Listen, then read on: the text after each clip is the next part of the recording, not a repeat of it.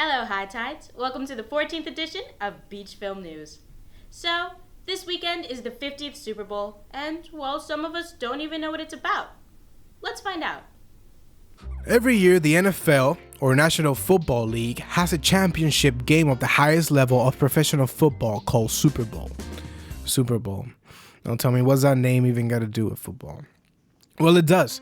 If you didn't know, the term Super Bowl comes from a stadium called Rose Bowl in Pasadena, California, which takes its name from the Yale Bowl, another stadium in Connecticut that was named as such because of its bowl-shaped structure.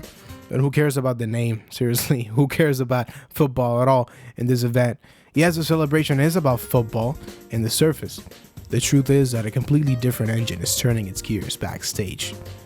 This celebration is the most watched television program in the United States, and it has an audience of around 1 billion units worldwide in approximately 200 countries. These people are watching the game, yes, and everything else.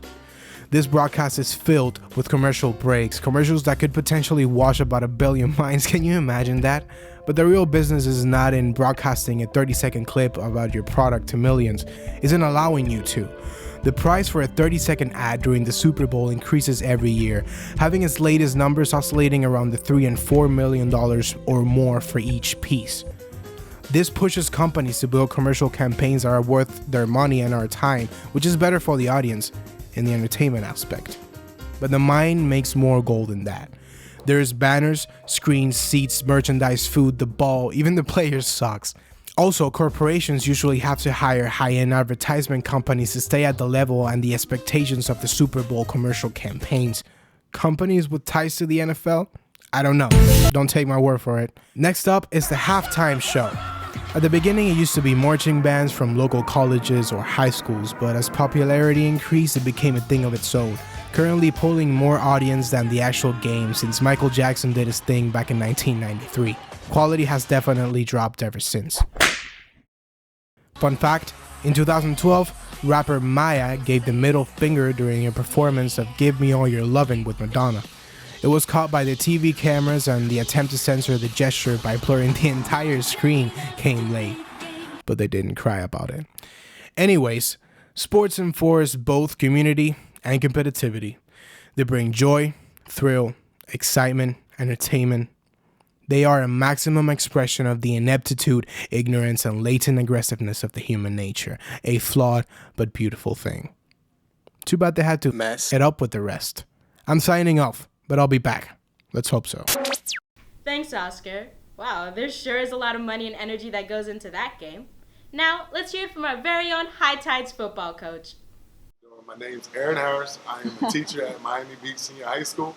I'm also a math teacher and coach for the football team. In my line of work, I have seen concussions. I've actually seen the film concussions. I had a different take on it because anybody who plays football understands the dangers of football, and they accept that risk when they put on a helmet and shoulder pads. There are some things that need to be taken care of as far as mental health and the NFL being responsible for that. But at the same time, you're responsible for your health to seek professional help and make sure that you're taking care of yourself. My take on head injuries is that as long as you are taught the proper techniques and you try to the best of your ability to play football the correct way, you'll have limited exposure to brain injuries. To the program here, the football program here at Miami Beach Senior High School, when it comes to concussions, head injuries, we take them very seriously. I work very closely with Mrs. Romero, which she is our head trainer. We concussion test them before preseason, then we concussion test them after any injury and postseason to make sure that we actually have a barometer for how well they are doing when it comes to any head trauma or injuries that would be considered critical. As far as the type of play that we have here at Miami Beach, we're very aggressive. Football by nature is aggressive. We actually train kids to be aggressive. We want them to assert themselves. It teaches them all kind of character traits, which is being assertive, being a leader, being on time, being a good person, but we also teach fair play. We want to make sure that they have good sportsmanship, that they help people up at different times, and that they play the game to the best of their abilities.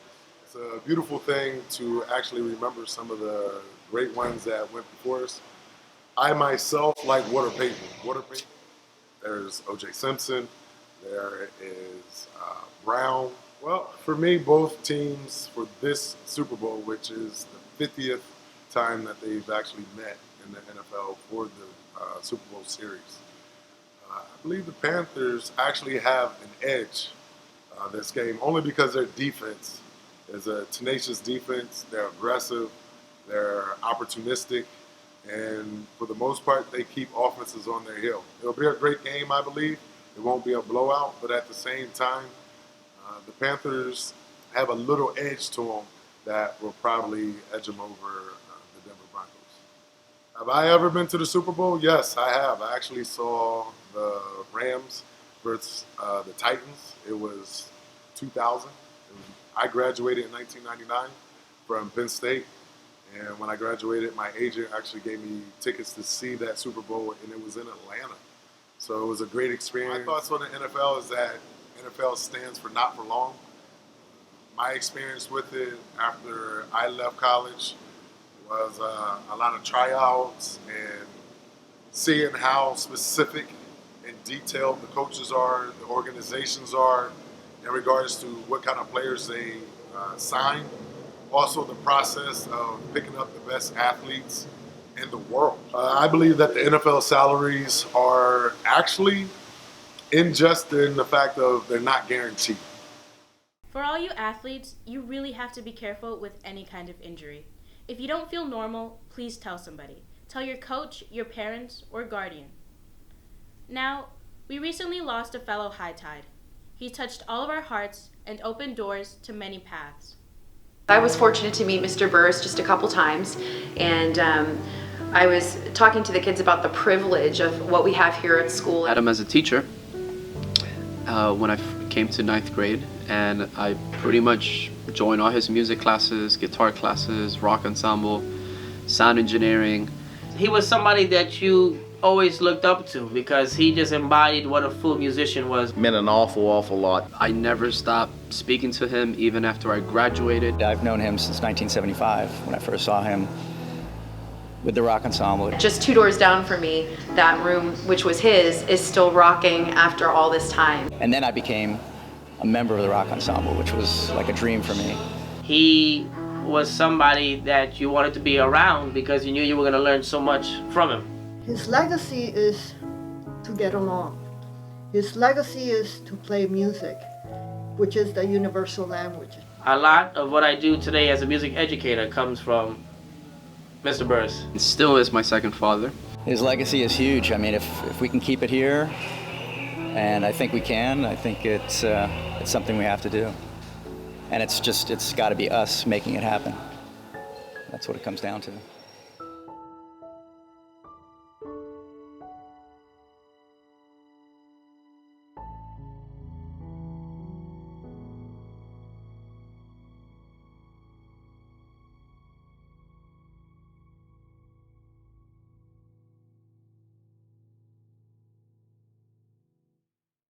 Rest in peace, Mr. Burroughs. We will all miss you. Well, that's all for this week, High Tides. See you next time.